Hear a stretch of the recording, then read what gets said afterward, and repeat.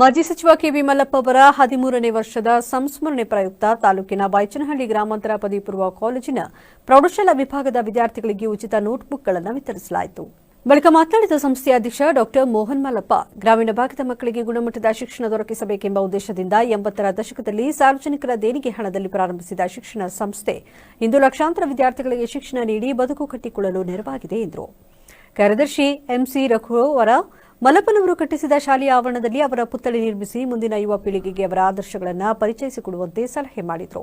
ನಿವೃತ್ತಿ ಹೊಂದಿದ ಉಪನ್ಯಾಸಕ ಸುರೇಶ್ ಬಾಬು, ನೌಕರರಾದ ಚಂದ್ರೇಗೌಡ ಕರಿಯಯ್ಯ ಅವರನ್ನು ಗೌರವಿಸಿ ಬೀಳ್ಕೊಡಲಾಯಿತು.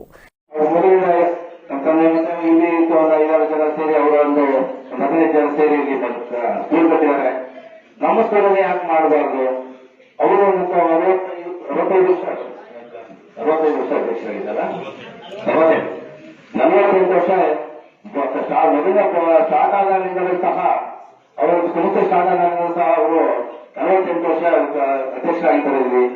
ಈ ತರ ನಮ್ಮ ಸ್ಕೂಲಲ್ಲಿ ಮಾಡಬಾರ್ದು. ಅಟ್ಲೀಸ್ಟ್ ನಮ್ಮ ಮಕ್ಕಳಿಗೆ ಗೊತ್ತಾಗಲಿ ಈ ಸ್ಕೂಲ್ ಪ್ರಾರಂಭ ಆಗಿದೆ, ಯಾವಾಗ ಪ್ರಾರಂಭ ಮಾಡುವಾಗ ಯಾರು ಈಗ ಅವರ ಅದಕ್ಕೋಸ್ಕರ ಈಗ ಸ್ಮರಣೆ ಮಾಡಬೇಕು ಅಂತ ನಮ್ಮ